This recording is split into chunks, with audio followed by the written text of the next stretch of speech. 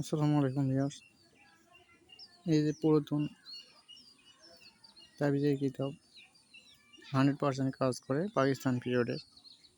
এটা অরিজিনালি পাকিস্তান পিরিয়ডে। এই যে দেখেন,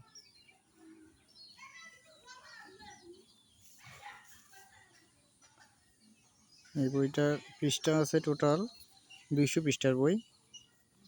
সর্ববৃহৎ তাবিজাত খণ্ড, বইয়ের নাম সর্ববৃহৎ তাবিজাত খণ্ড।